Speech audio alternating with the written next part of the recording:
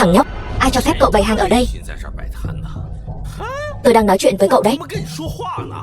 Điếc sao? Anh em, đập nát cho tôi.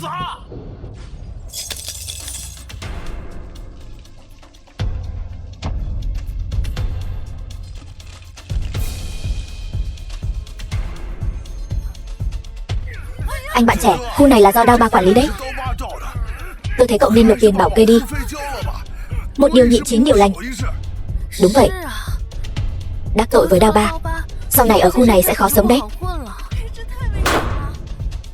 Điền tiền. Mày chán sống. Cậu dám động vào tôi?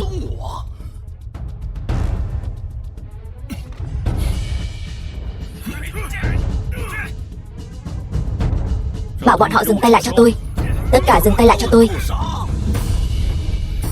Thằng nhóc, cậu dám động vào tôi, anh Đại Phi nhất định sẽ không tha cho cậu đâu. Không tha cho tôi lại muốn xem thử. Dừng tay. Thằng nhóc, cho cậu một cơ hội sống.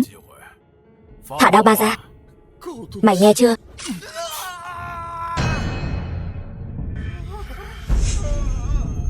Đúng là một kẻ máu mặt đấy nhỉ. Nhưng mà cậu đã chọc phải người không nên chọc rồi. Bọn tôi là người của anh Tham Lang đấy. Tôi khuyên cậu tự phế tay chân đi, để lại cho cậu một con đường sống. Tiểu Lang. Anh Tham Lang là người của tập đoàn Cường Long, là vua ngầm trong tứ đại thiên vương, giàu có địch cả quốc gia. Cậu vậy mà dám sỉ nhục anh ấy. Hôm nay Đại Phi tôi sẽ phế tay chân của cậu, dạy cho cậu biết thế nào là quy củ.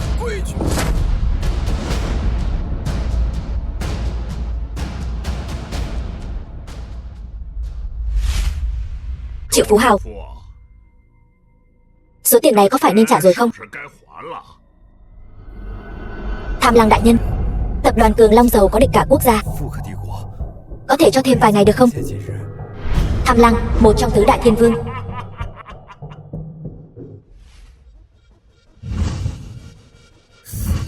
Tứ đại thiên vương, long chủ đều phải bỏ mạng.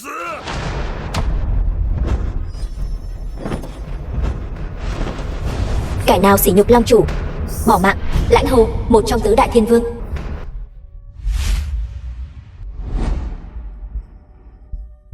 Tên lửa đạn đạo xuyên lục địa siêu cấp mới nhất, nếu Hoa quốc này không phục.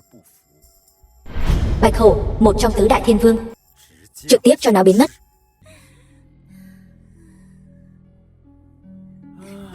Thanh Mãng, một trong tứ đại thiên vương. Long chủ, trong vòng 10 phút cút đến bãi cá ven biển,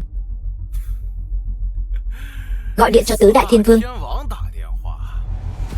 Cậu đúng là muốn bỏ mạng mà. Bây giờ cậu quỳ xuống xin lỗi. Tôi tha cho cậu không bỏ mạng, tha cho tôi không bỏ mạng sao? Hai người các cậu phế cậu ta thành khúc, ném xuống biển cho cá ăn.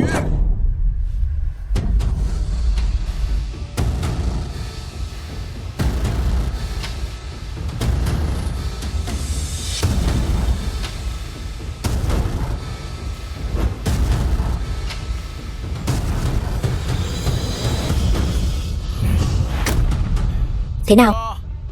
Tứ đại thiên vương đến rồi, tôi xem cậu có thể làm gì.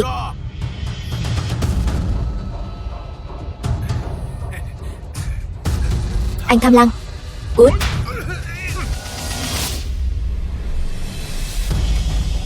Tiểu Lang, tôi mới rời công ty 3 năm, vậy mà ngay cả loại rác rưởi này cũng dám gây sự sao?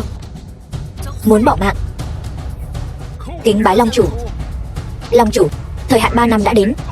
3 ngày sau sẽ tổ chức Thiên Long Yến, thông báo khắp thiên hạ Long chủ trở về. Cút ngay, để ba tôi thấy lại bị mắng nữa. Cút. Chờ anh về nhé đại ca.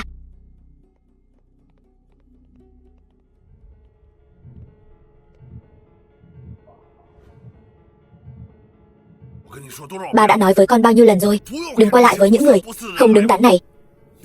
Con cứ không nghe lời, Còn làm ba tức bỏ mạng mất. Chú này, cháu có thể làm chứng họ đến đây để mua cá.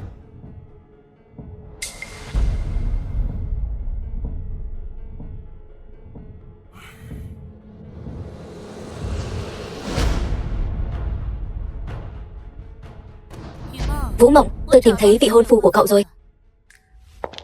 The film was translated and narrated by M Media.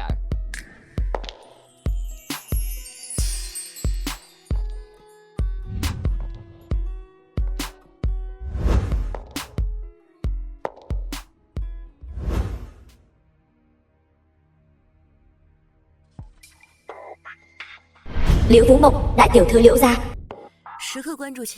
luôn chú ý đến động thái của Tiền gia. Dự án này quan trọng hơn bất cứ thứ gì. Dừng tất cả các hoạt động đang làm lại. Sắp xếp máy bay cho tôi. Tôi phải đến Giang Thành. Anh Thiên Dương, cuối cùng em cũng tìm thấy anh rồi.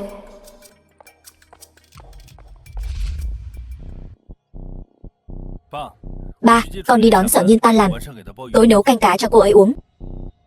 Đi mau. Vâng. Anh đến rồi. Trương Lệ, Lâm Thiên Dương, đây là đơn ly hôn. Từ nay về sau, Trương Lệ, nhân viên tập đoàn Sở Thị, anh và Sở Tổng không còn liên quan gì nữa. Đơn ly hôn. Tại sao tôi phải ly hôn với cô ấy? Tại sao? Anh chỉ là một kẻ bán cá vô dụng. Sao xứng với Sở Tổng được? Bảo cô ấy tự mình đến nói chuyện với tôi. Tự mình đến nói chuyện với anh. Anh không ngửi mùi tanh trên người mình sao? Ngay cả tôi mỗi lần đứng trước mặt anh cũng muốn nôn, huống chi là Sở Tổng. Tôi nói, bảo cô ấy tự mình đến nói chuyện với tôi. Lâm Thiên Dương, anh làm loạn đủ chưa? Sở Nghiên.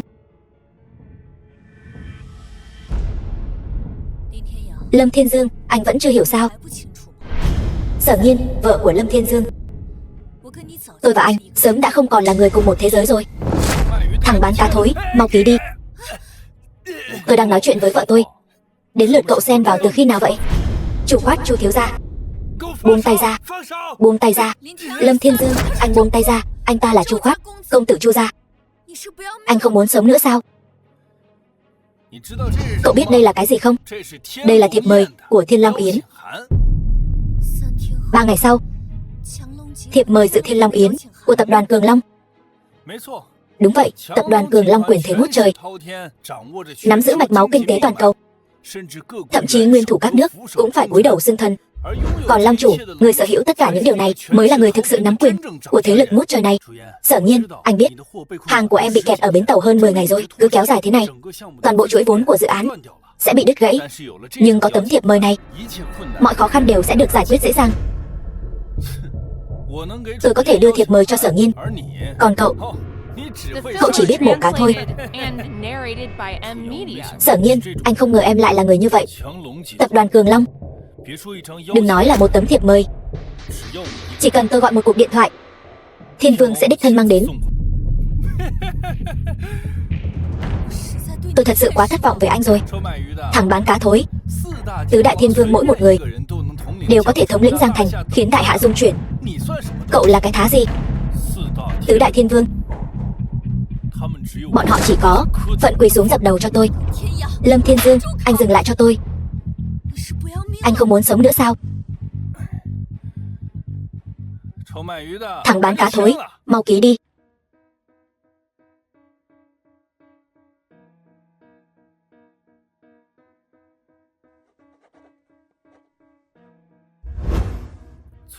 Từ nay về sau, chúng ta không còn liên quan gì nữa. Không còn liên quan gì nữa. Cậu nhớ kỹ lời cậu nói đấy nhé.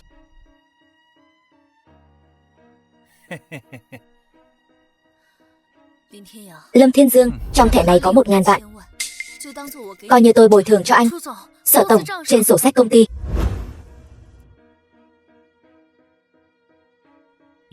Em đừng hối hận.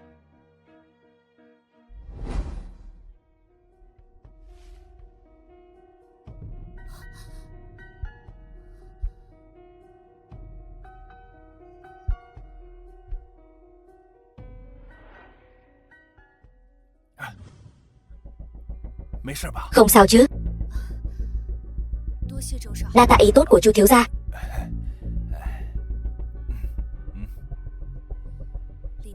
Lâm Thiên Dương, muốn trách thì trách anh không cầu tiến. Chồng của tôi nên là rồng phượng giữa loài người, chứ không phải là kẻ bán cá chỉ biết an phận ở một xó. Thiên Long Yến 3 ngày sau, tôi muốn cho người phụ nữ Sở Nghiên đó biết cái giá của việc phản bội lão đại.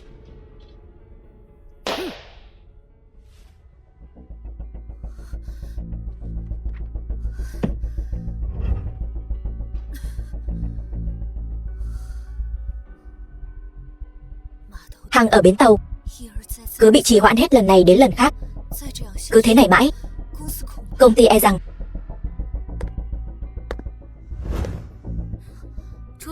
Sở tổng đã ly hôn với cái tên phế vật đó rồi, còn giữ thứ rác rưởi này làm gì? Tôi giúp cô vứt đi.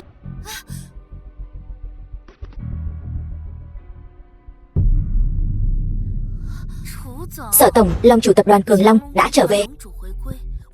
Chúng ta phải nắm lấy cơ hội này. Hơn nữa, dựa vào tư chất của cô, nhất định có thể khiến Long chủ để mắt tới. Đến lúc đó, công ty chúng ta nhất định sẽ một bước lên mây. Chỉ cần có cơ hội gặp Long chủ, tôi nhất định có thể khiến anh ấy chú ý đến tài năng của tôi, khiến công ty sống lại.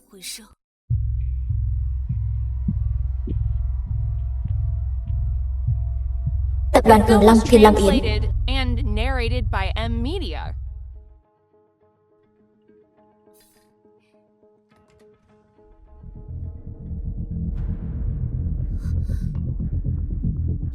Lâm Thiên Dương, anh lẻn vào bằng cách nào vậy? Anh không muốn sống nữa sao? Đây là tập đoàn Cường Long đấy. Cô có biết ngay cả thiệp mời của cô cũng là tôi cho đấy. Tấm thiệp mời này rõ ràng là Chu gia chúng tôi cho. Một tên phế vật, công lao trời bể cũng muốn chiếm làm của riêng. Chu gia, ngay cả 10 cái Chu gia các người cũng không có tư cách đặt chân đến đây. Chu gia chúng tôi không xứng, cái tên phế vật như cậu thì xứng sao? Tôi nói cho cậu biết, ở đây ngay cả liếm lấy giày cậu cũng không xứng. Lâm Thiên Dương, anh câm miệng lại cho tôi. Tôi thật sự không ngờ cái tài nói dối của anh lại giỏi đến thế. Đây không phải nơi anh nên đến. Đi mau đi. Đi, không thì sao? Ở lại đắc tội với tập đoàn Cường Long đấy. Tôi nói cho cậu biết, Sở Nghiên đã cứu cậu một mạng. Cái tên phế vật này đừng không biết điều. Lâm Thiên Dương, anh điên rồi. Ngay cả tôi và Chu Khoát cũng chỉ có thể đứng ở khu vực đứng. Khu vực ngồi chỉ có tứ đại gia tộc mới được đến. Tứ đại gia chủ đến.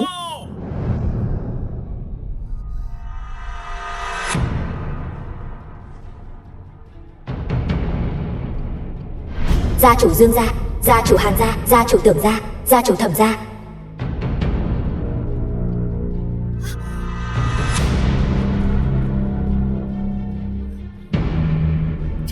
Tên này không phải điên rồi đấy chứ? Cậu ta không phải muốn bỏ mạng đấy chứ? Thằng nhóc này muốn làm gì? Tôi thấy cậu ta đang muốn bỏ mạng.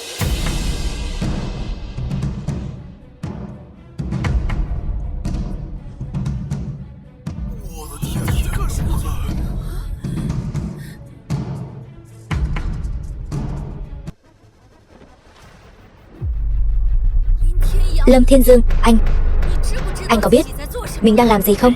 Lâm Thiên Dương, mạo phạm Long chủ, tội đáng chu diệt, tội đáng chu diệt, tội đáng chu diệt, tội đáng chu diệt, tội đáng chu diệt. Long chủ quý vị, thiên mệnh đã định, mời Long giới.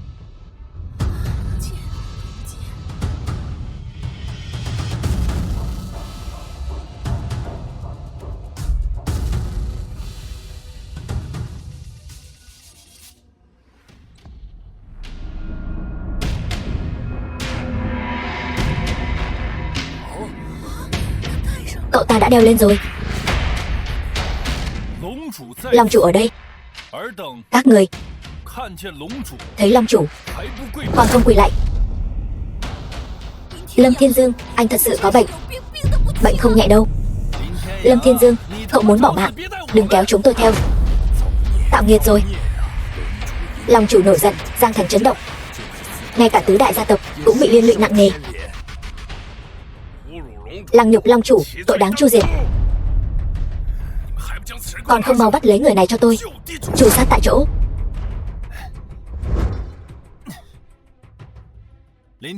Lâm Thiên Dương, hôm nay tôi đại diện cho Long chủ lấy bỏ mạng cậu, kẻ không biết trời cao đất rộng. Cậu lấy mạng tôi.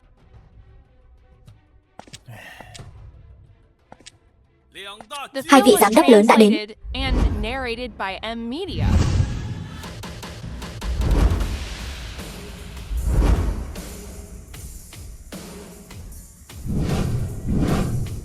Chúng tôi cung nghênh Long chủ. Kháng Kim, giám đốc tập đoàn Cường Long. Long chủ đức hạnh vạn phúc, Kháng Kim đặc biệt tặng vạn ngàn kim vũ. Nguyện Long chủ phúc trạch vạn đời, công đức ngàn thu. Tất Ô, giám đốc tập đoàn Cường Long. Long chủ uy chấn tứ phương. Tất Ô dâng lên mấy chục mỏ dâu. Nguyện uy thế này của Long chủ tồn tại ngàn năm không tan. Chúng tôi cung chúc Long chủ Tề Thiên. Lâm Thiên Dương, anh. Điều này không thể nào. Điều này tuyệt đối không thể nào. Hai vị giám đốc lớn, quản lý 8 chi nhánh lớn ở Giang Thành, hầu như là tất cả huyết mạch của Giang Thành. Đâu chỉ là Giang Thành, quyền thế của hai vị giám đốc lớn đã sớm lan rộng khắp thế giới. Nhìn khắp cả thế giới, ai mà không biết tập đoàn Cường Long. Cho dù là tứ đại gia tộc cộng lại, cũng không bằng một vị giám đốc. Nhưng hai vị giám đốc lớn này đều cúi đầu xưng thần với Long chủ. Có thể tưởng tượng được Long chủ này uy nghiêm đến mức nào. Người trẻ tuổi này vậy mà lại là Long chủ.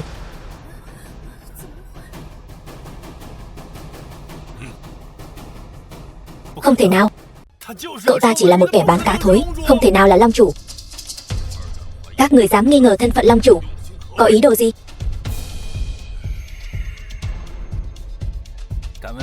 Xin hỏi giám đốc Tất Ô, đã từng thấy chân dung Long chủ chưa? Long chủ thần long thấy đầu không thấy đuôi.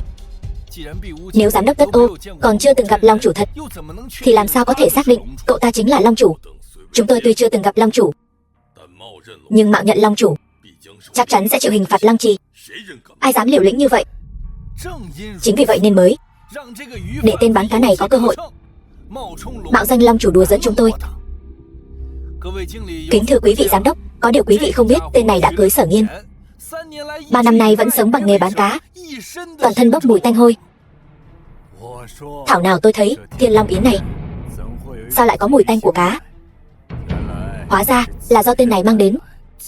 Thân phận hèn mọn như vậy, mạo danh Long chủ đùa dẫn chúng tôi, thật đáng bỏ mạng vạn lần. Kính xin quý vị giám đốc minh xét, đừng để tên này đùa dẫn chúng ta, làm ô nhục danh tiếng của tập đoàn Cường Long. Tôi khẩn cầu quý vị giám đốc nhấn cậu ta xuống biển cho cá ăn, để chấn chỉnh Long uy. Tưởng ra chúng tôi cũng khẩn cầu hai vị giám đốc nhấn cậu ta xuống biển cho cá ăn, để chấn chỉnh Long uy. Lâm Thiên Dương, anh còn không mau quỳ xuống dập đầu trước quý vị giám đốc. Tôi vốn dĩ là Long chủ, kẻ phải quỳ là bọn họ. Lâm Thiên Dương, cậu bỏ mạng đến nơi rồi mà còn cứng miệng. Khẩn cầu quý vị giám đốc nhấn cậu ta xuống biển cho cá ăn, để chấn chỉnh Long uy.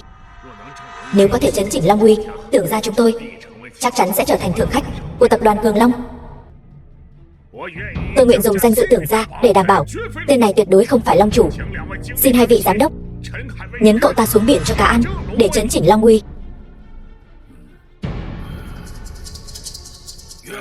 Mong quý vị giám đốc nhấn cậu ta xuống biển cho cá ăn, để chấn chỉnh Long uy. Chỉ là một tên bán cá hèn mọn lại dám mạo danh Long chủ, tội ác tày trời, đáng bị nhấn xuống biển cho cá ăn. Phế vật, tôi sẽ giúp cậu chăm sóc Sở Nghiên. Cậu đi bỏ mạng đi.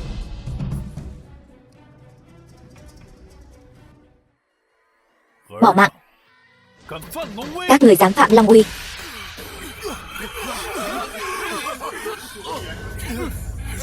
Nếu không phải Long chủ, sao có thể có uy nghiêm như vậy? Lẽ nào thằng nhóc này thật sự là Long chủ? Kính thưa quý vị giám đốc, tuyệt đối đừng để bị tên phế vật này lừa. Cậu ta chỉ là thân phận bại lộ, đang giãy giụa trong tuyệt vọng. Tên phế vật này ngươi thật đáng bỏ mạng. Long chủ sao lại bán cá được? Nếu tôi có thể là người thứ ba đứng ra chỉ rõ, Long chủ quý vị chắc chắn sẽ thưởng cho tôi ngay lập tức. Thằng nhóc này căn bản không phải Long chủ, bắt cậu ta lại cho tôi. Tất Ô, cậu chắc chắn không? Cậu ta thật sự không phải Long chủ sao? Một khi nhầm lẫn, chúng ta sẽ phải bỏ mạng để tạ tội đấy. Giám đốc Kháng Thiên, cậu ta chỉ là con bọ hôi thối trong cống rãnh, một tên bán cá thối tha, tuyệt đối không thể là Long chủ. Tôi từng may mắn được gặp Long chủ một lần, tuy chỉ là bóng lưng, nhưng khí chất hiên ngang, đủ khiến người ta bái phục. Nhưng tiểu tử này địa vị thấp kém, toàn thân tanh hôi, sao có thể là Long chủ? To gan, dám mạo danh Long chủ, muốn bỏ mạng. Xin lỗi, anh ấy chỉ là muốn ở trước mặt tôi thể hiện bản thân. Lâm Thiên Dương, anh mau xuống đây, quỳ xuống cầu xin tha mạng đi. Ai dám chịu một lại của tôi? Người đâu? Tên này tội ác tày trời. Lăng trì xử tử cậu ta, nhấn xuống biển cho cá ăn.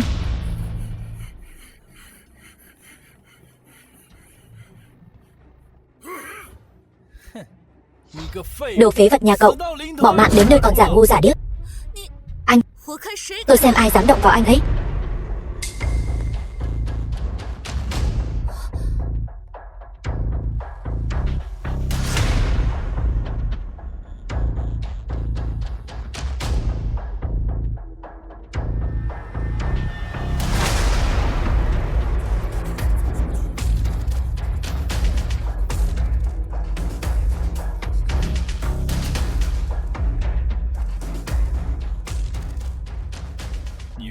Cô là ai? Anh Thiên Dương, em là vị hôn thê của anh mà. Vị hôn thê? Tôi có một vị hôn thê từ khi nào vậy? Anh Thiên Dương, hai chúng ta từ nhỏ đã đính hôn, nhưng từ khi anh rời khỏi Thượng Kinh, để em tìm mãi mới thấy.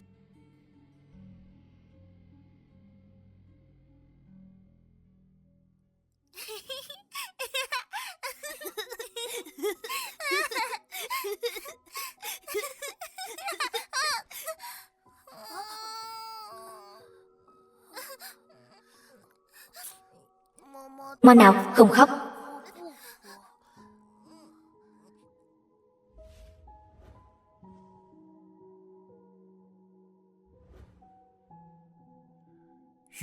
Em Vũ Mộng, thì ra là em. Anh Thiên Dương, anh để em tìm mãi mới thấy. Chính các người đã bắt nạt anh Thiên Dương sao? Chính là bọn họ. Con đàn bà thối tha, cô là ai? Dám ở đây làm càn. Cô nương, tôi khuyên cô mau chóng rời đi. Đây không phải nơi để cô chơi trò gia đình. Tên này mạo danh Long chủ là tội bỏ mạng. Không muốn bỏ mạng thì mau cút. Long chủ, nhóc danh, bọn ta niệm tình cô không hiểu chuyện. Tha cho cô một mạng, còn không mau cút. Không cần nói nhảm, bắt giữ toàn bộ. Người bỏ mạng là các người. Tôi là đại tiểu thư Liễu gia ở Thượng Kinh. Các người còn không mau xin lỗi. Liễu gia, đó chính là gia tộc đỉnh cấp nhất Đại Hạ. Chỉ cần một câu nói tùy tiện cũng đủ để diệt Chu gia tôi.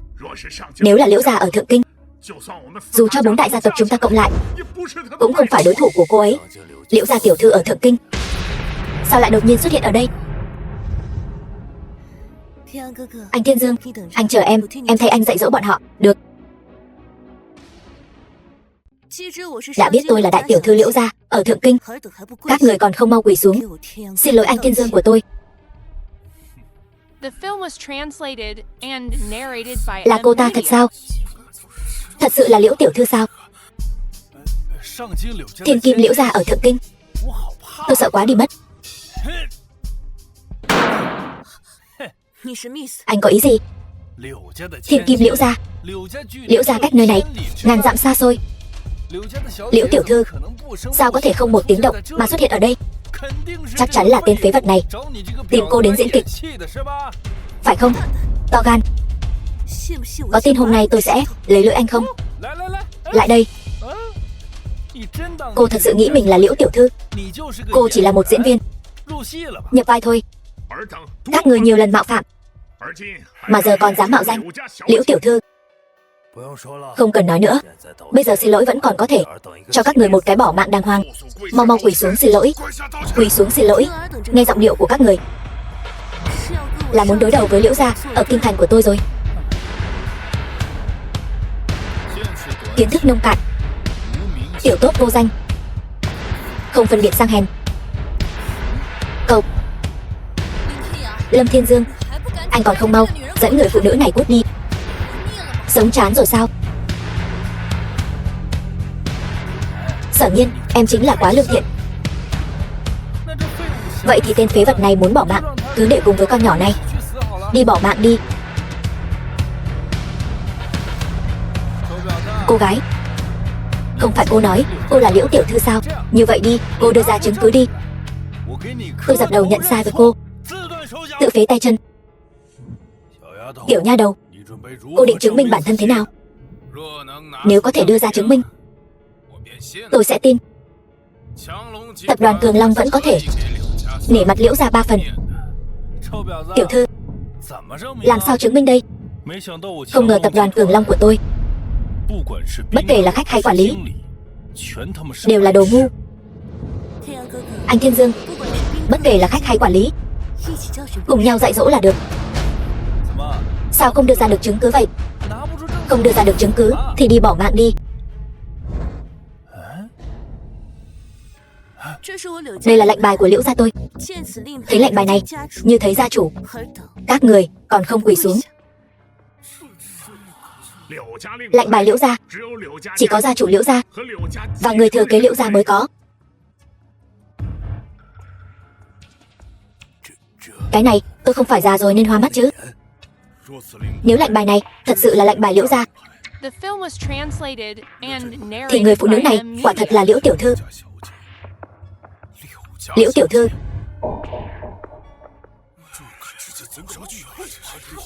cô ta không phải muốn bỏ mạng đấy chứ? Người phụ nữ này thật sự là Liễu tiểu thư sao? Anh Thiên Dương, em giúp anh giải quyết hết vấn đề rồi. Em không còn là cô bé ngày xưa cần anh bảo vệ nữa.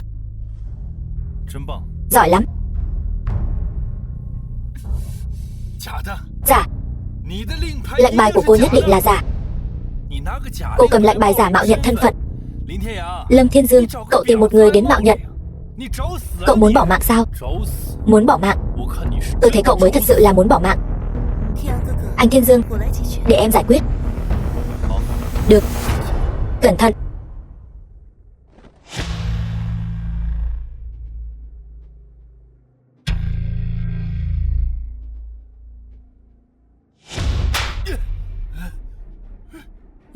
Anh vậy mà dám nghi ngờ lệnh bài Liễu gia của tôi. Lệnh bài Liễu gia được làm từ huyền thiết ngàn năm, trộn lẫn vàng dòng nung luyện. Cho dù đặt vào liệt hỏa cũng sẽ không tan chảy. Lệnh bài giả nhất định sẽ tan chảy. Cô dám thử không? Có gì mà không dám. Lò này dùng nhiên liệu đặc biệt, nhiệt độ vượt quá ngọn lửa bình thường. Đã là huyền thiết ngàn năm, tự khắc có thể chịu được nhiệt độ đặc biệt.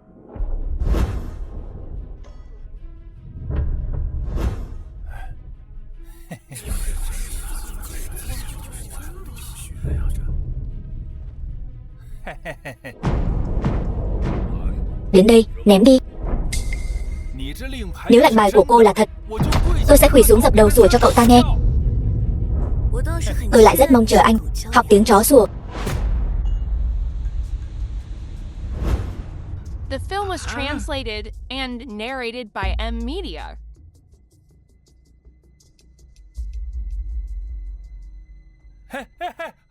Tan chảy rồi, ngọn lửa đang cháy mà.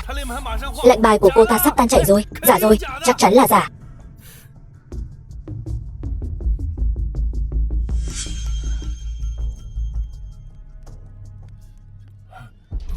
Không thể nào.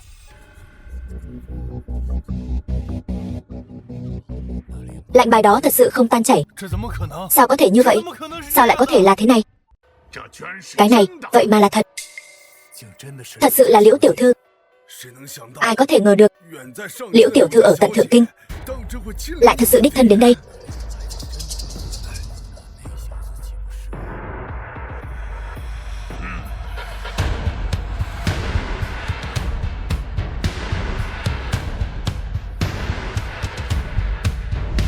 Dọn đi. Liễu tiểu thư, người của tôi sẽ xử lý nhiệt độ cho tốt, hoàn trả lệnh bài nguyên vẹn. Cô muốn làm gì? Tôi nói cho cô biết, tôi là công tử Chu gia. Tôi ở đây cũng có một chỗ đứng đấy. Liễu gia uy chấn thượng kinh, Chu gia nhỏ bé cũng xứng đáng được nhắc đến sao? Tiểu tử vô tri, dám đắc tội với Liễu tiểu thư còn không im miệng, muốn bỏ mạng. Anh ăn nói ngông cuồng, coi thường mọi người. Anh không tôn trọng Liễu gia, không tôn trọng Lâm Thiên Dương.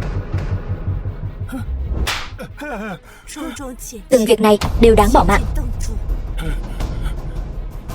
Cô đừng qua đây, cô đừng qua đây. Còn không quỳ xuống học tiếng chó sủa, quỳ xuống xin lỗi anh Thiên Dương. Tại sao tôi phải xin lỗi một kẻ phế vật? Cho dù lệnh bài không thể bị hư hại, lỡ đâu là cô đã trộm của Liễu gia thì sao? Bỏ mạng đến nơi rồi còn cứng miệng.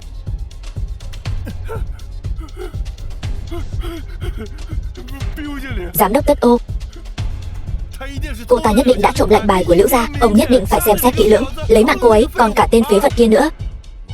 Mạo danh Long chủ chắc chắn là tội bỏ mạng.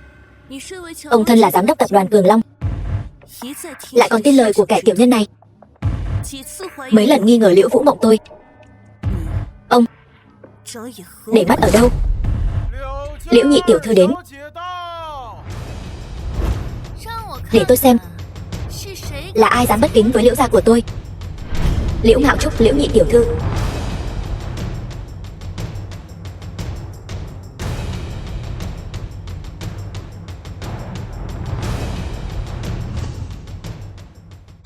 Chào nhị tiểu thư. Vị này là Liễu nhị tiểu thư. Tôi từng có vinh hạnh đi cùng Thiên Vương Tham Lang đến Liễu gia, đã gặp qua nhị tiểu thư.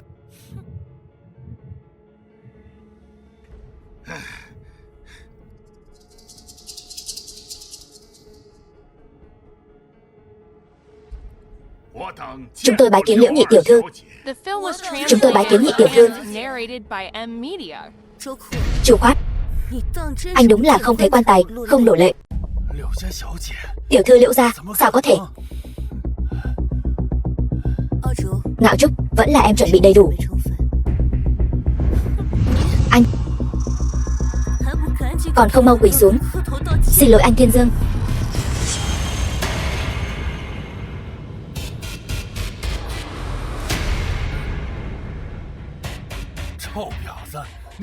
Cô không thể nào là tiểu thư Liễu gia. Tôi không tin.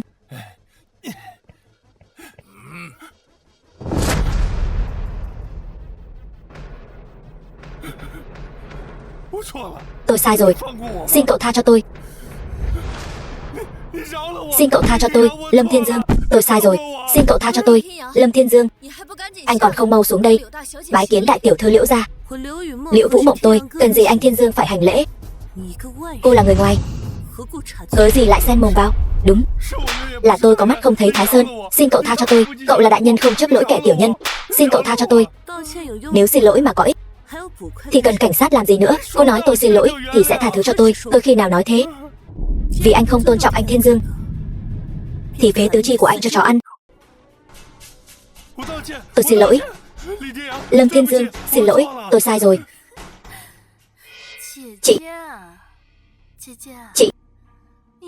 có phải chị đã hiểu lầm gì rồi không? Liễu gia khi nào đến lượt chị làm chủ rồi? Ngạo Trúc, lời này của em là có ý gì?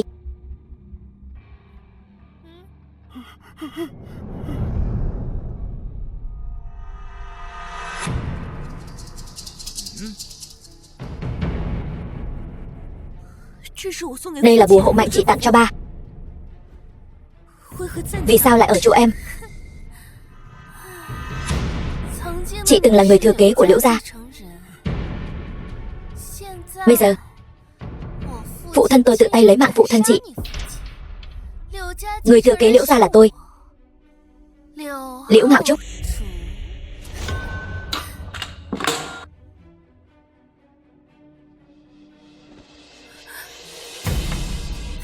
Ba. Vũ Mộng, bình tĩnh. Cô ta đang lừa em. Cái thứ cặn bã cũng dám phá hỏng chuyện tốt của tôi.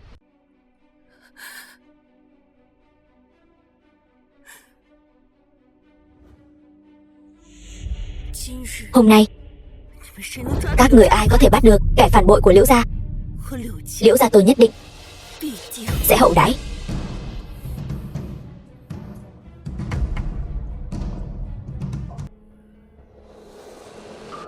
Chuyện này, Thẩm gia tôi ít nhất cũng là một trong tứ đại gia tộc, sao có thể để gia chủ Thẩm gia làm chó được?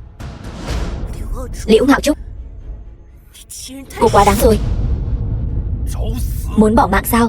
Chị tưởng chị vẫn là người thừa kế Liễu gia sao? The film was translated and narrated by M Media. Một phế vật mà tôi chỉ cần một ngón tay là có thể nghiền bỏ mạng, cũng dám khiêu khích tôi. Tôi là chó của cô, gâu gâu.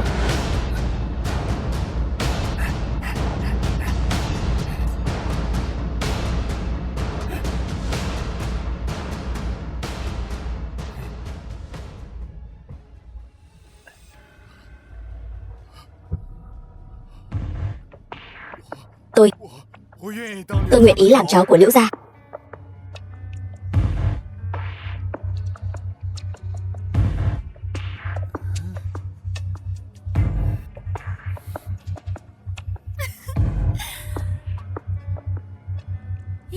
Một tiện nhân,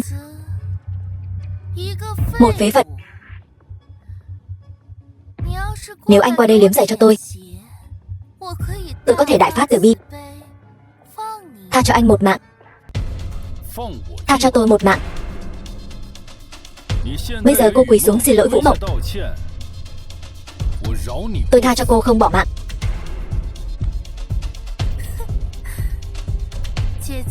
Chị tìm tên ăn mày điên này ở đâu vậy? Trong mắt tôi, anh còn không bằng một con kiến hôi.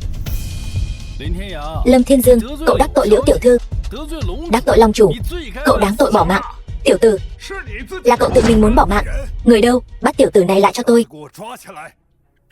Trực tiếp xử tử, để chấn chỉnh uy nghiêm của Long chủ, chấn chỉnh uy nghiêm của Liễu gia, chấn chỉnh uy nghiêm của Long chủ. Long chủ vẫn chưa lộ diện, chuyện này chúng ta không tiện nhúng tay vào.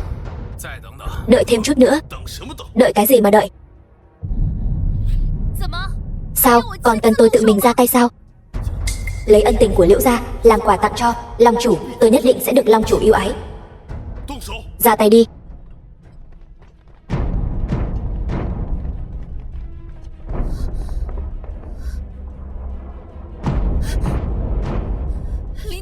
Lâm Thiên Dương, anh mau chóng cầu xin nhị tiểu thư Liễu gia tha thứ. Anh mau xuống đi. Tôi xin lỗi cô ta. Cô ta cũng xứng sao? Lâm Thiên Dương, đã lúc nào rồi cậu còn giả vờ? Tôi nói cho cậu biết, hôm nay tôi sẽ lấy ra phế xương cậu, khiến cậu sống không bằng bỏ mạng. Anh Thiên Dương, đều là em liên lụy đến anh. Anh đi mau đi, em sẽ giải quyết. Vài con ruồi bay loạn xạ, chỉ là lũ chó cắn bậy thôi, không đáng sợ. Anh đang muốn bỏ mạng sao? Tiểu thư, cậu ta chính là muốn bỏ mạng. Cậu ta chỉ là một tên bán cá thối. Tên này gây rối Thiên Long Yến, đắc tội Liễu gia, tội đáng bỏ mạng. Gây rối Thiên Long Yến, ông cũng biết đây là tập đoàn Cường Long. Theo quy tắc của tập đoàn, câu kết ngoại địch đáng tội gì? Câu kết ngoại địch đáng tội bỏ mạng. Thằng nhóc danh, tôi là giám đốc. Câu kết ngoại địch đắc tội Liễu gia sao? Tôi chẳng qua là thanh lý tội nhân, lấy đâu ra chuyện câu kết ngoại địch? Tôi đại diện Liễu gia thượng kinh, thành tâm đến đây kính chúc Long chủ trở về. Nói gì đến ngoại địch chứ? Ông thân là giám đốc, tự tiện dùng quyền lực giúp đỡ kẻ phản bội Liễu gia, đây là tội thứ nhất. Ông thân là giám đốc, không tôn trọng quý khách lại nịnh bợ Liễu gia, đây là tội thứ hai. Ông thân là giám đốc, coi trời bằng vung, trong mắt không có Long chủ. Ba tội cùng phạt, tội đáng chu di. Không tôn trọng Long chủ, ý của cậu là không tôn trọng cái tên phế vật như cậu sao? Lâm Thiên Dương, cậu diễn nghiện rồi. Cậu không có gương, không có nước tiểu sao? Soi xem bản thân cậu ra cái thể thống gì rồi. Chị này, người chị tìm không chỉ là một phế vật, mà còn là một tên điên. Long chủ,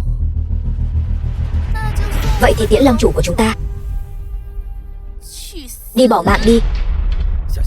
Tiểu thư, cứ để tôi tiễn cái tên phế vật này đi bỏ mạng đi.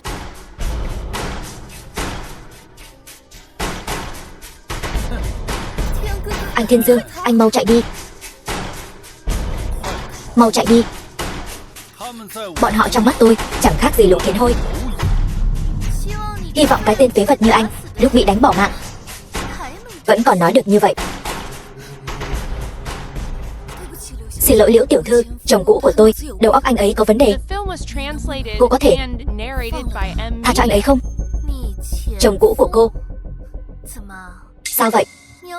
Cô muốn vì anh ta mà đắc tội Liễu gia thượng kinh của tôi, sao? Tôi... Liễu tiểu thư, tôi không có. Vậy là cô vì tình xưa nghĩa cũ muốn tôi tha cho anh ta? Được thôi.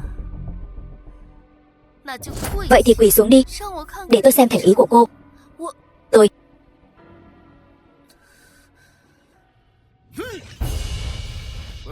Tôi muốn đánh phế xương của cậu ta, đập nát răng của cậu ta, nằm sấp trên đất như một con chó thối. Cầu sống không được, cầu bỏ mạng không xong. Xin lỗi.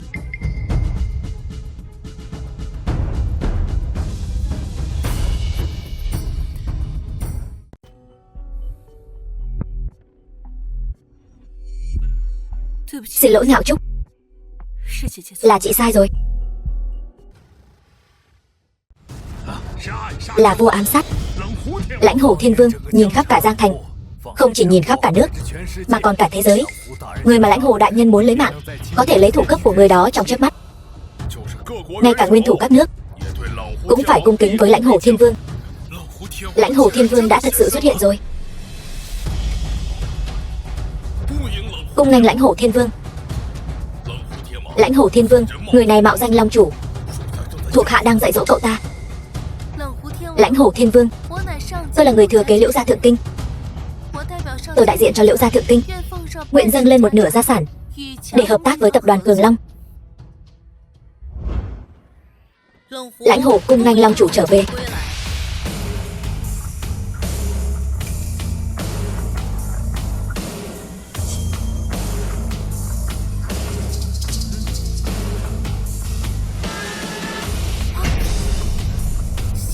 Nực cười, Long chủ gì chứ? Lãnh Hổ Thiên Vương, sao có thể quỳ trước một kẻ bán cá thối?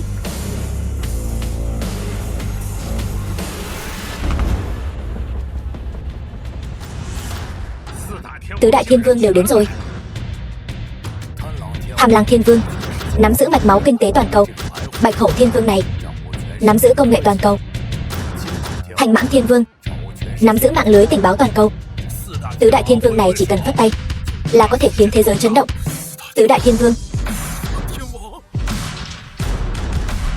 Lãnh Hồ, Tham Lang, Bạch Hổ, Thanh Mãng. Cung nghênh Long chủ trở về.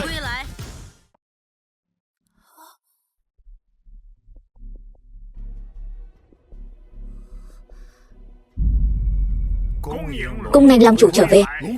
Long chủ.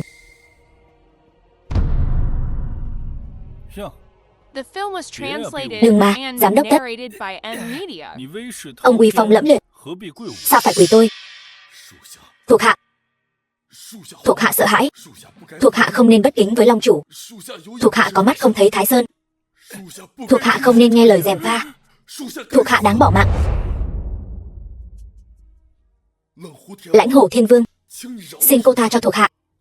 Thuộc hạ sai rồi, xin cô tha cho thuộc hạ. Cầu kết ngoại địch, kẻ sỉ nhục Long chủ, bỏ mạng.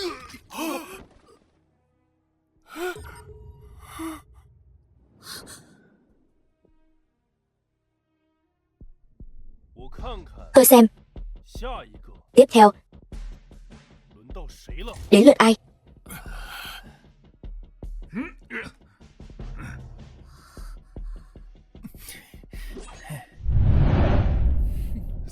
Tứ đại gia chủ, các người trước tiên. Chúng tôi bái kiến Long chủ đại nhân.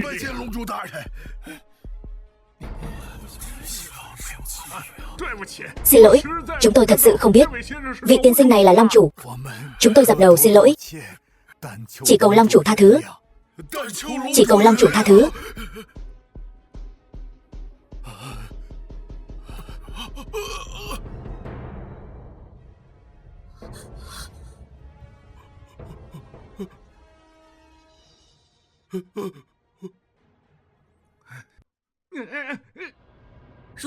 Kẻ sỉ nhục Long chủ, bỏ mạng. Tộc của kẻ sỉ nhục Long chủ phải diệt. Anh Thiên Dương, 4 người họ cũng bị người khác lừa gạt. Chi bằng cho họ một cơ hội để họ lập công chuộc tội. Được. Nể mặt em, tôi tạm tha cho bọn họ.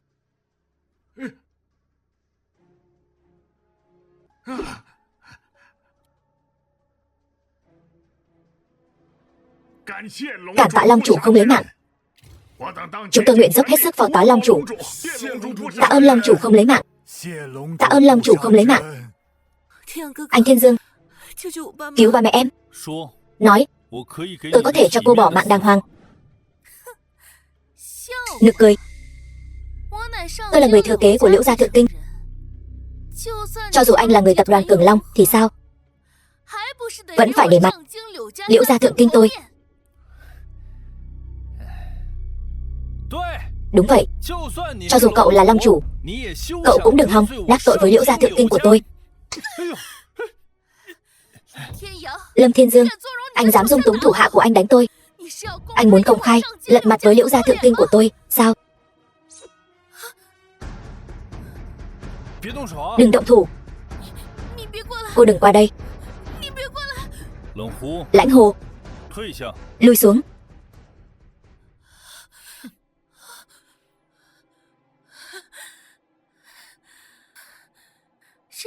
Mặc dù anh là tập đoàn Cường Long thì sao? Vẫn phải cúi đầu trước Liễu gia Thượng Kinh của tôi. Cúi đầu. Cô thật sự nghĩ tôi sợ cô sao? Cậu đắc tội với Liễu gia Thượng Kinh, cậu quả thực là không biết điều. Anh Thiên Dương, em Vũ Mộng, bởi vì em là người của Liễu gia, tôi mới để bọn họ vào mắt. Nếu không, các người trước mặt tôi chỉ là lũ hề nhảy nhót. Anh dám sỉ nhục tôi, có gì mà không dám. Được. Tập đoàn Cường Long, anh chờ đó nhận cơn thịnh nộ của Liễu gia Thượng Kinh đi. Phế vật, cậu xong rồi.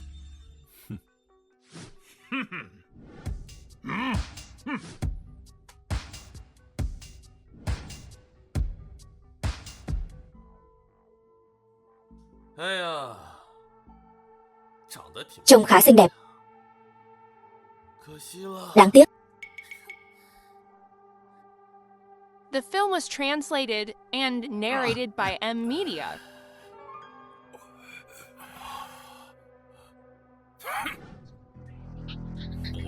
Không biết tự lượng sức. Tham Lang Thiên Vương nắm giữ mạch máu kinh tế thế giới. Lãnh Hổ Thiên Vương thống lĩnh tổ chức sát thủ hàng đầu thế giới. Bạch Hổ Thiên Vương càng là nguồn gốc vũ khí của các quốc gia trên thế giới. Thanh Mãng Thiên Vương nắm giữ tình báo số 1 thiên hạ.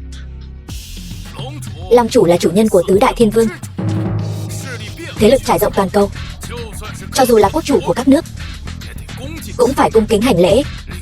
Liễu gia, ách ngồi đáy giếng cũng dám tranh sáng với mặt trời sao? Bổn tiểu thư không chơi với các người nữa.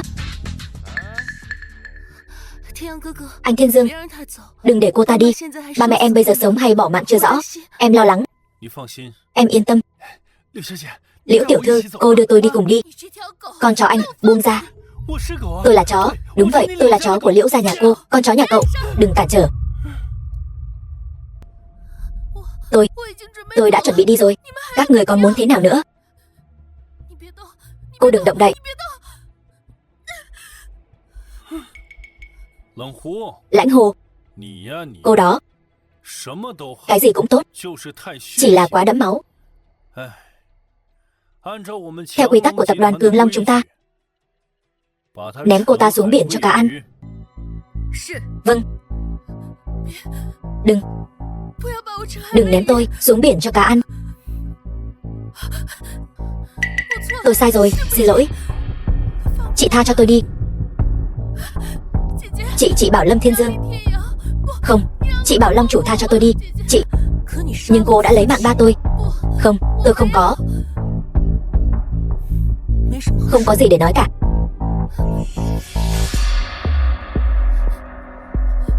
Long chủ, tôi cầu xin anh tha cho tôi đi. Anh tha cho tôi đi, Long chủ, tôi cầu xin anh, Long chủ.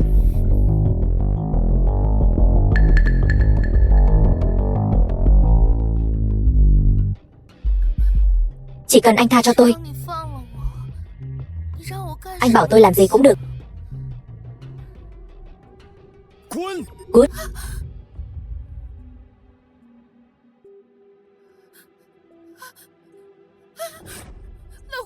Lãnh hổ thiên vương, tôi cầu xin cô tha cho tôi đi.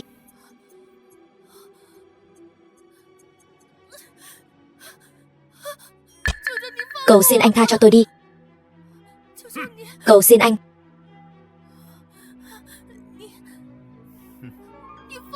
Anh tha cho tôi đi, tôi cầu xin anh.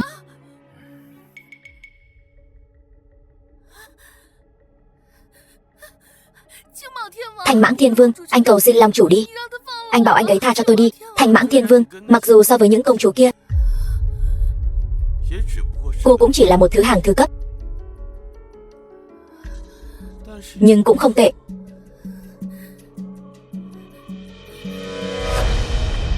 Anh bằng lòng thay tôi cầu xin.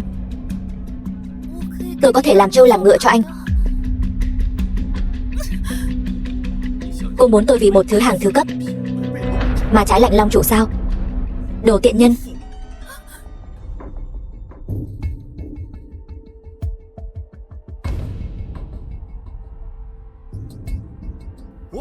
Chúng thần thề sẽ trung thành với Long chủ.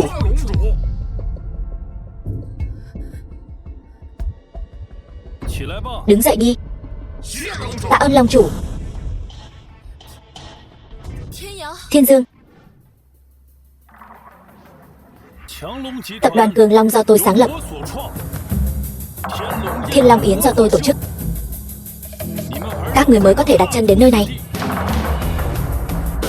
Tập đoàn Sở Thị của các người, nếu không có sự giúp đỡ của tôi, sao có thể chỉ trong vỏn vẹn 5 năm một bước lên trời.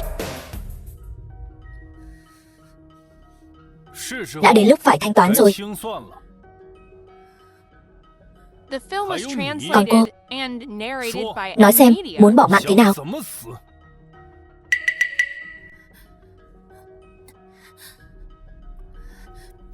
Đồ lừa đảo. Rõ ràng tôi đã đến bước cuối cùng rồi. Tôi đã là người thừa kế Liễu gia rồi. Đồ phế vật anh. Anh vậy mà lại là Long chủ. Tiện nhân Liễu Vũ Mộng này, vậy mà lại leo lên được Long chủ.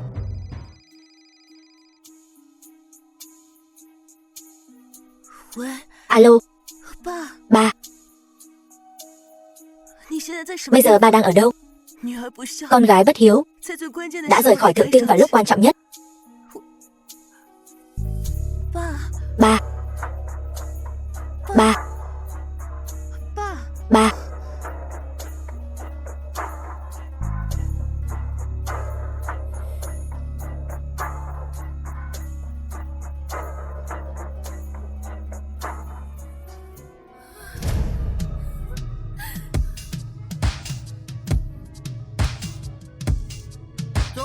Long chủ,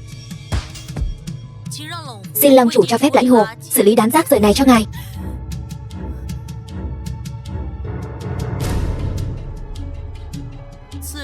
Người này không tôn trọng Long chủ, đáng phải lấy mạng. Cô, không. Đừng lấy mạng tôi. Đừng lấy mạng tôi. Đừng lấy mạng tôi. Đừng lấy mạng tôi. Lãnh Hổ Thiên Vương, vẫn xin cô tạm thời tha cho cô ta. Tôi muốn tự cô ta biết được chút tin tức về tung tích ba tôi. Anh Thiên Dương, có thể tạm thời tha cho Liễu Ngạo Trúc không? Lãnh Hồ. Chị, đều là anh ta mê hoặc tôi. Vu khống. Các người không thể lấy mạng tôi là thiếu gia Chu gia. Chu gia sao? Xem ra mạnh hơn mấy tên kia đấy. Long chủ minh xét, chuyện này không liên quan đến chúng tôi. Tên vô lại cậu, còn dám liên lụy đến chúng tôi. Từ bây giờ trở đi, The film was phạm là nơi thuộc quyền quản lý của tứ đại gia chủ, nhất định sẽ không còn Chu gia nữa. Không thể nào. Tôi muốn tìm ba tôi nhất định sẽ cứu tôi. Được thôi, đừng trách chúng tôi không cho cậu cơ hội.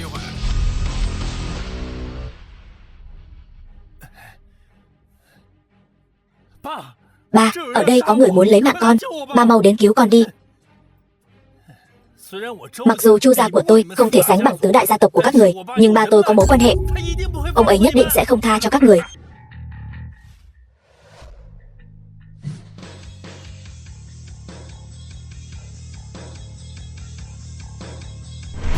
Ba của Chu Khoát. Ba, tránh ra. Ba, chính là cậu ta muốn lấy mạng con.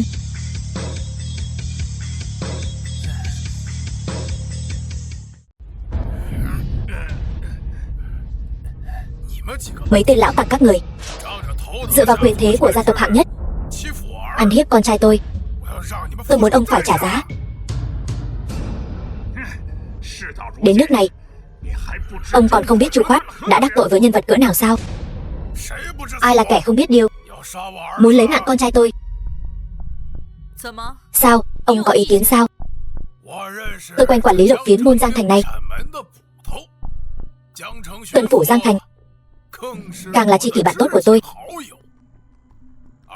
Các người chịu bỏ mạng đi.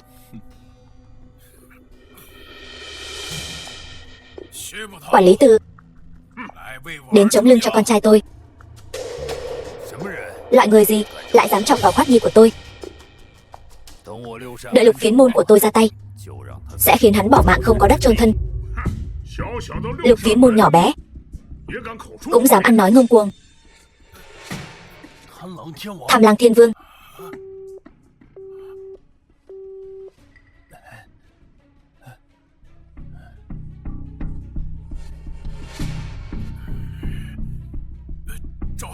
Triệu Tuần Phủ. Triệu Tuần Phủ sao?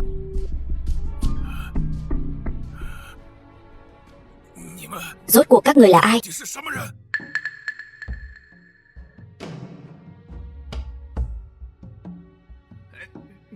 Chu Trấn Hoa, tôi khuyên ông đừng tìm đường bỏ mạng.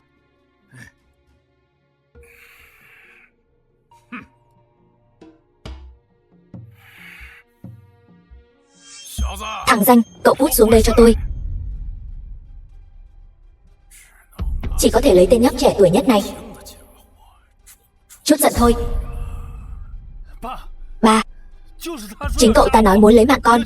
Ba phải báo thù cho con. Thằng danh cậu, dám đắc tội con trai tôi. Mau xuống đây, chịu bỏ mạng đi. Không biết trời cao đất dày.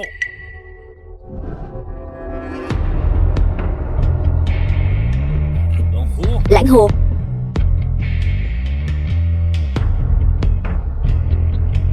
Sao ông dám trước mặt anh Thiên Dương lớn tiếng như vậy?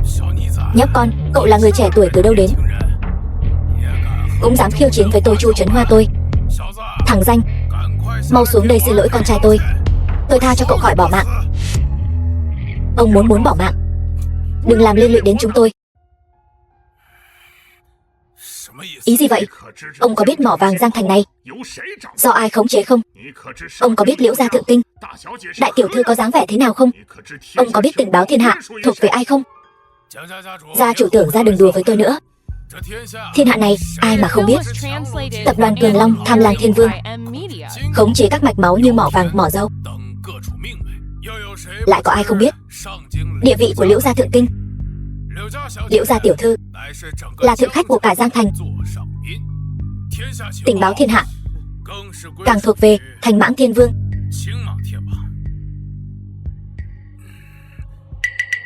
Lời ông nói là ý gì? Họ là... Nếu không thì còn ai dám gây chuyện ở tập đoàn Thiên Long? Sao lại thế được?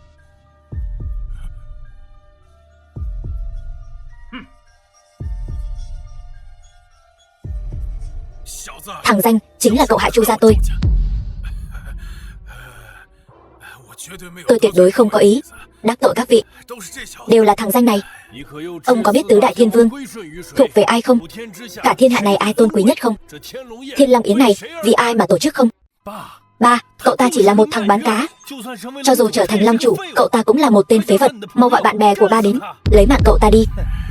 Tôi nói cho cậu biết, cậu xong đời rồi. Các người cũng xong đời rồi.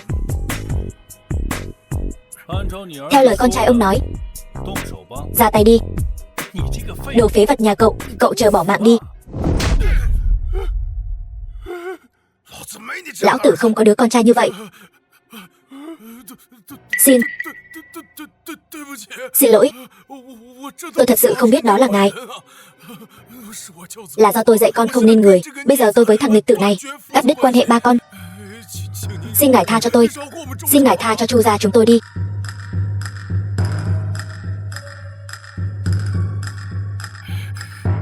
Nghịch tử. Ba làm gì vậy? Con không dạy là lỗi của ba. Hôm nay ba sẽ đánh phế tay chân con để tạ lỗi với long chủ. Ba làm gì vậy? Ba, đồ khốn kiếp. Tất cả là do con đáng đời.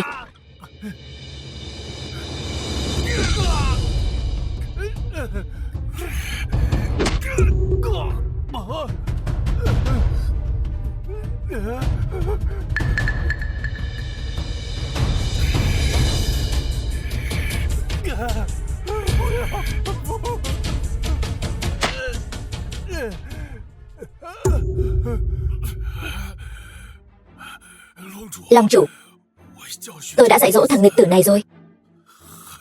Vẫn xin ngài tha cho tôi một lần. Cậu ta vẫn chưa tắt thở mà. Long chủ, tôi không có ý ngầm tha cho nó. Vậy bây giờ tôi sẽ lấy mạng nó để tạ tội với ngài. Muộn rồi. Đừng mà. Long chủ, xin ngài giơ cao đánh khẽ, tha cho Chu gia chúng tôi một lần. Nếu ông không có tư tâm, đại nghĩa diệt thân, Long chủ còn có thể tha cho Chu gia ông.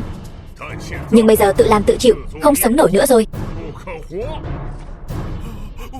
Tôi đã tạo nghiệp gì lại sinh ra một thằng nghịch tử như này? Chu gia xong đời rồi.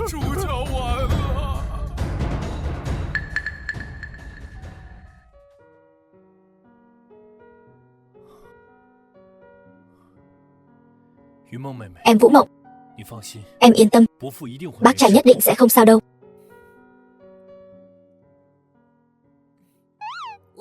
Tôi vốn dĩ muốn báo cáo với ngài về vấn đề của tập đoàn Cường Long, nhưng bây giờ xem ra tôi đến không đúng lúc. Không, cô đến rất đúng lúc. Lâm Thiên Dương, coi như Sở Nhiên tôi đã nhìn nhầm. Cô chính là người vợ cũ, không biết điều của anh Thiên Dương. Sao tôi lại không biết điều? Tiện nhân như cô, đến bây giờ vẫn không biết mình sai ở đâu. Tôi cần gì phải so đo với con ếch ngồi đáy giếng này rồi tức giận. Cô Thiển Cận, coi cái đồ phế vật Chu Khoát đó như bảo bối.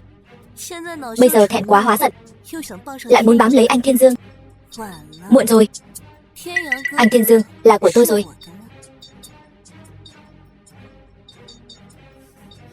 Lâm Thiên Dương, anh đừng tưởng anh lừa được tất cả mọi người là lừa được tôi. Anh đừng tưởng tôi không biết. Anh căn bản không phải là long chủ. Cô nói vậy là có ý gì? Nếu anh ta là long chủ, sao lại cam tâm bán cá 3 năm? Nếu anh ta là long chủ, sao lại nấu cơm cho tôi 3 năm? Nếu anh ta là long chủ, vậy tại sao anh ta lại để hàng của tôi bị giữ lại lâu như vậy? Sao vậy, Lâm Thiên Dương, sao không nói gì vậy? Tôi thấy anh không chỉ không có năng lực, mà lòng dạ cũng dơ bẩn.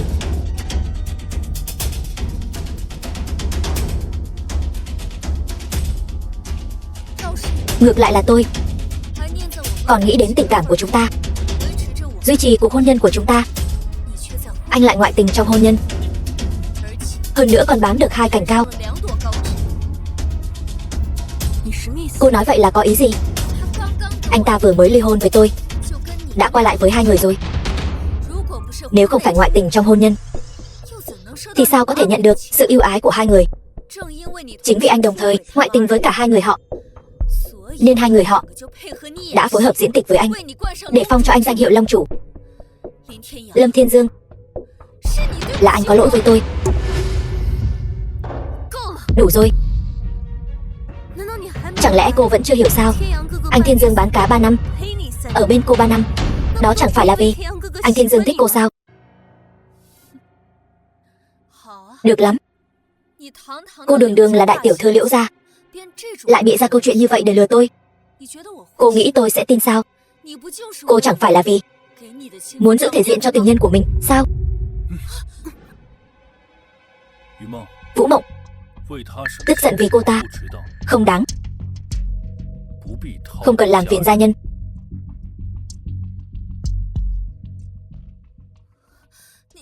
Cô, hai người, các người tự lo cho bản thân đi.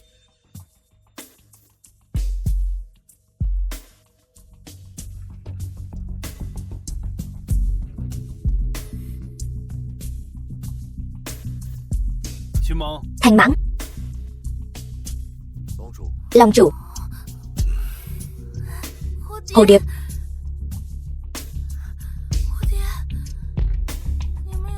Các người có thấy Hồ Điệp không?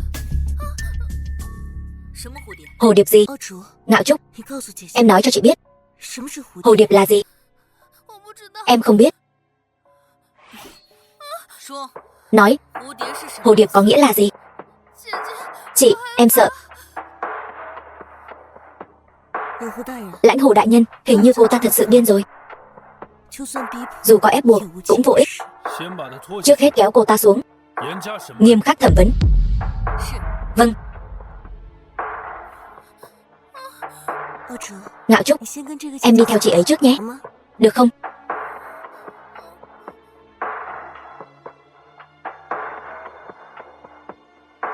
Đi, chúng ta đến thư viện Giang Thành, tra cứu thông tin thượng kinh.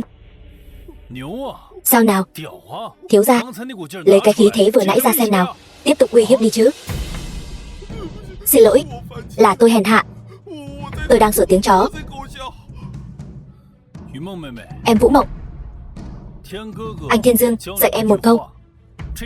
Cái loại chó này phải đánh bỏ mạng nó mới chịu nghe lời. Anh Thiên Dương, cảm ơn anh. Ba mẹ tôi ở đâu? Sao vậy? Vẫn bị đánh chưa đủ sao? Nói đi. Xin lỗi, thật ra tôi hoàn toàn không biết họ ở đâu cả. Tôi đã lừa các người. The film was translated and narrated by M Media. Chị, tôi cầu xin chị tha cho tôi. Mặc dù tôi không biết họ ở đâu, nhưng tôi có thể giúp chị. Tôi có thể dùng mối quan hệ của tập đoàn. Hễ có tin tức gì, tôi sẽ báo ngay cho chị. Vừa nãy cậu đâu có nói thế. Vừa nãy là do tôi gây tội. Xin lỗi, tôi sai rồi. Chúng ta không phải là chị em sao? Chị xem vì tình máu mủ ruột thịt. Hãy bảo cậu ấy tha cho tôi đi. Tình máu mủ ruột thịt. Lúc các người đoạt quyền, sao không nghĩ đến tình máu mủ ruột thịt? Là tôi sai rồi. Chị khuyên cậu ấy đi chứ. Xin lỗi, tôi thật sự biết mình sai rồi. Tôi thật sự biết mình sai rồi. Xin lỗi. Cầu xin cậu tha cho tôi đi. Sau này tôi gặp các người, tôi sẽ đi đường vòng tránh mặt. Tôi nhất định sẽ nghe lời. Xin lỗi. Nghe lời. Chỉ có người bỏ mạng mới hoàn toàn nghe lời.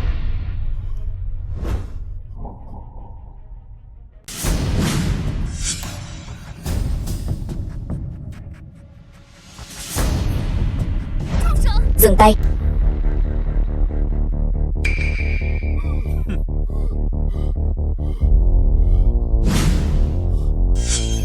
Liễu Ngạo Trúc, sao lại là em? Liễu Ngạo Trúc, không phải cô đã bị tứ đại thiên vương bắt đi rồi sao? Mấy vị thiên vương đó đều đã rời đi. Người Liễu gia đến cứu tôi thoát thân dễ như trở bàn tay. Tinh thần của em đã hồi phục rồi. Em khỏi rồi sao? Hồi phục? Tôi chưa từng điên. Nói gì đến hồi phục? Hóa ra em giả điên. 谁让 Ai bảo các người ngu ngốc thế? 如果我不 Nếu tôi không giả điên, 怎么骗我 làm sao lừa được tất cả các người? 天阳哥哥 Anh Thiên Dương, 都怪我一时 tất cả là tại em nhất thời mềm lòng. 没事儿， Không sao, chỉ là một con ruồi thôi mà. 是死是活 Sống hay bỏ mạng, 能有多大意 có thể ảnh hưởng lớn đến mức nào? Anh dám mắng tôi là ruồi sao? 不是骂， Không phải mắng, 只是陈述 chỉ là 事 trần thuật 实 sự thật mà thôi. 好， Được lắm, 反正 dù sao thì các người cũng sắp bỏ mạng rồi. 你这话什么意思？ Lời này của em là sao? 这间酒店 Khách sạn này 已经被我 đã bị người Liễu gia của tôi bao vây rồi. 你们 Các người sớm đã là 早就是我的瓮中 rùa trong chum rồi. 之鳖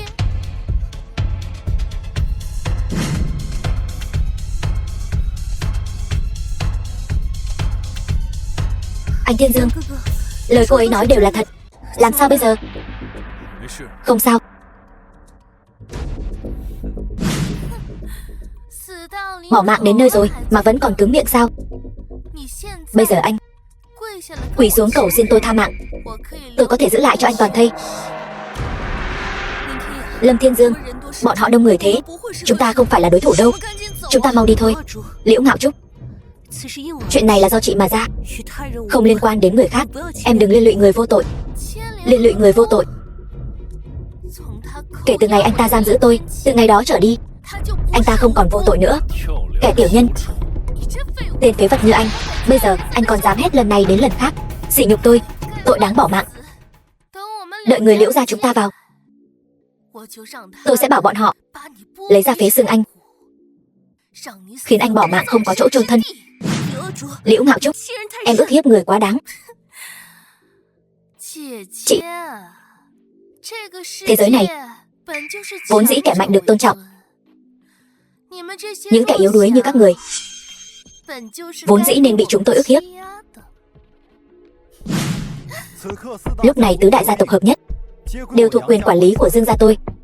Mặc cho thế lực Liễu gia cô ngập trời, Dương gia tôi cũng không sợ Liễu gia cô. Không biết Liễu tiểu thư có nhất định muốn động thủ không?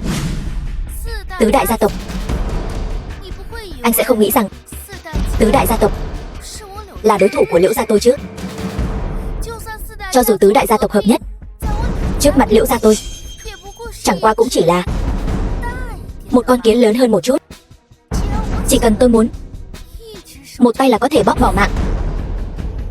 至于 Còn về phần anh, 蚂蚁 ngay cả kiến cũng không bằng.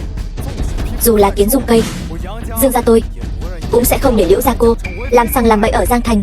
The film was translated and narrated by M Bình tĩnh. Media. 区区几个 Chỉ vài tên phản đồ Liễu gia nho nhỏ, 我翻 tôi trợ tay là có thể lật đổ. 是 Phải, 手 trở tay lật đổ. 你都 Đến bây giờ, 现在了，还 anh còn dám nói lời ngông cuồng, 也不怕闪 cũng không sợ 自己的舌 tự cắn vào lưỡi mình sao? 被翻 Kẻ bị trở tay lật đổ 是你这个 chính là cái tên phế vật anh. 我是陈述 Tôi chỉ đang 事 trần 实 thuật sự thật mà thôi. 好 Được, 那我现在 vậy bây giờ tôi 就送你 sẽ tiến anh lên Tây Thiên. Đúng, chị, ngàn vạn lần đừng nương tay, lấy mạng bọn chúng đi.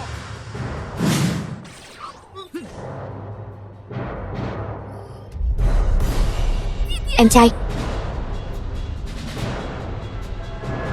anh ngay trước mặt tôi lấy mạng em trai của tôi, 一个垃圾， chỉ là một tên rác rưởi mà thôi, bỏ mạng thì bỏ mạng rồi. Người Liễu gia nghe lạnh, vào đây cho tôi, lấy mạng tên phế vật này, khiến anh ta bỏ mạng không có chỗ chôn thân.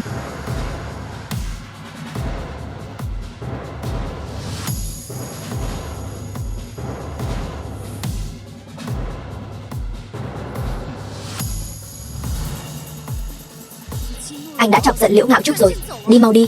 天阳哥哥 Anh Thiên Dương, anh mau trốn đi, đều là do chúng tôi liên lụy đến anh. 想 Muốn đi sao?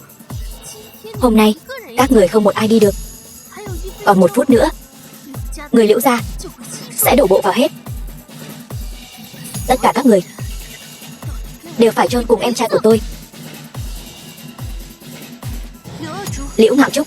是我让 Là 天 chị 阳哥哥动手的 đã bảo anh Thiên Dương động thủ, 与其他人无 không 关 liên quan đến người khác. 你要恨我 Nếu em muốn hận chị thì cứ hận một mình chị là được rồi. Liễu Vũ Mộc, chị yên tâm, 我会 tôi sẽ lấy mạng tên phế vật này, phế xác anh ta thành vạn mảnh. 烦你 Còn chị, 我也不会 tôi cũng sẽ không bỏ qua.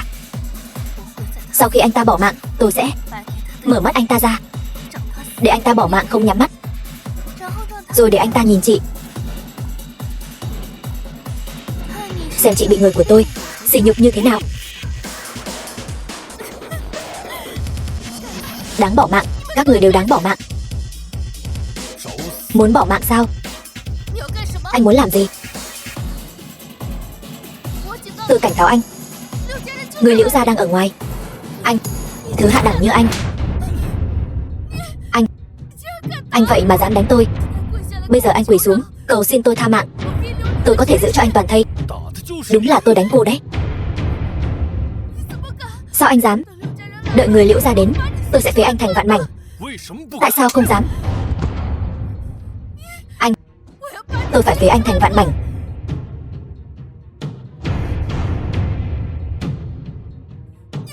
Các người sao còn chưa đến? Mau vào đi, 我把这个 mau bắt phế vật này cho tôi, phế thành vạn mảnh. Được, tôi chờ. 柳家人来， Người Liễu gia đến rồi. 跪 Bây giờ quỳ xuống, 跟我磕头， dập đầu xin lỗi tôi, 磕到我满 dập đến khi tôi hài lòng mới thôi. 天安哥哥， Anh Thiên Dương, làm sao bây giờ?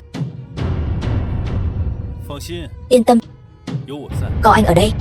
天安哥哥， Anh Thiên Dương, 既然你这么说， nếu anh đã nói vậy, vậy Vũ Mộng sẽ ở bên anh, em sẽ cùng anh đối mặt. Được, 好一对， đúng là một đôi uyên ương khổ mạnh. 我会先 Tôi sẽ lấy mạng anh trước, 然后把 rồi đem thi thể của hai người 尸体 đặt cùng nhau, 一起剁碎了， phế nát cho chó ăn, 让你们俩 để hai người 死后都 bỏ mạng rồi cũng không được yên thân. 柳家人 Người Liễu gia đến rồi, 你们给我受 anh chịu bỏ mạng đi. 就这， Chỉ vậy thôi sao? Bỏ mạng đến nơi rồi còn mạnh miệng. 你们 Các người xông lên cho tôi, lấy ra phế gân anh ta, phế nát cho chó ăn. Tiểu thư, đại sự không ổn rồi. Thân là người Liễu gia, hoảng loạn như vậy còn ra thể thống gì? 竟会报 Bình tĩnh báo cáo. Tiểu thư, toàn bộ quân đội Liễu gia đã bị tiêu diệt rồi. 这什么场 Đây là lúc nào? Cậu còn dám đùa giỡn với tôi? The film was Chức vụ bảo vệ, translated and cậu không muốn nữa phải không? narrated by M. Media. Tiểu thư, tôi không đùa. Người mà cô đã bố trí ở ngoài, toàn bộ bị tiêu diệt. Chỉ còn lại một mình tôi, cho nên tiểu thư, cô mau theo tôi chạy đi. Còn đùa giỡn với tôi. Đi bỏ mạng đi. Tiểu thư, cô không tin thì thôi. Tôi không đi theo Liễu gia nữa. 怎么会是你？ Sao lại là các người?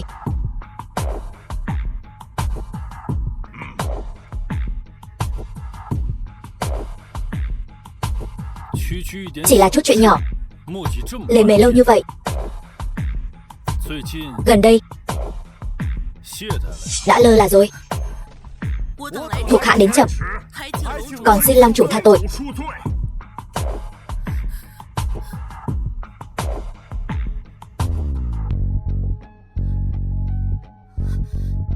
林天阳， Lâm Thiên Dương, anh, 你真是龙 anh thật sự là Long chủ, 四大天， tứ đại thiên vương. 怎么你们会在 Sao các người lại ở đây? 你这个 Cái phế vật anh, 居然真的是 vậy mà thật sự là Long chủ. 起来吧， Đứng dậy đi, 谢龙主。 tạ ơn Long chủ. 汝龙 Kẻ nào nhục mạ Long chủ, bỏ mạng. Các người muốn làm gì? 就算你 Dù các người là tứ đại thiên vương, anh ta là Long chủ, 可他父母 nhưng ba mẹ cô ta đang trong tay ba tôi. 你要是敢动我， Nếu cô dám động vào tôi, họ chắc chắn sẽ bỏ mạng.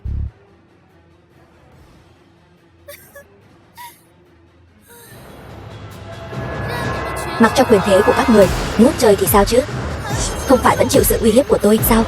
你们不想 Các người không muốn ba mẹ cô ta bỏ mạng 就过 thì quỳ xuống dập đầu xin lỗi tôi đi. 得主， Liễu Ngạo Trúc, 得起 em đừng quá đáng. Vũ Mộng, anh đã nói rồi, 苍蝇 chỉ là rồi nhặng mà thôi, 对你造 không gây ảnh hưởng đến người khác. 都什么 Đến lúc nào rồi, 还要嘴， vẫn còn cứng miệng. Được, 那我就让我 vậy thì tôi sẽ bảo ba mẹ tôi 他父母 phế một ngón tay của ba mẹ cô ta. Tôi muốn nghe thấy tiếng kêu thảm thiết của họ vang vọng không ngừng. 喂， Alo ba, 我要把他的 con muốn phế ngón tay của ba mẹ cô ta. Con muốn nghe thấy 惨叫声， tiếng kêu thảm thiết của họ. Con gái, con mau chạy đi. Tứ Thiên Vương đã diệt tộc chúng ta rồi.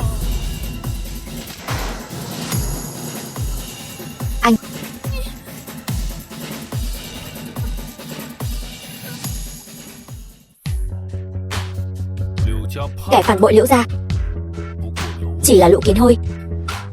Long chủ uy nghiêm chấn động sơn hà, long chủ uy vũ chấn động trời đất.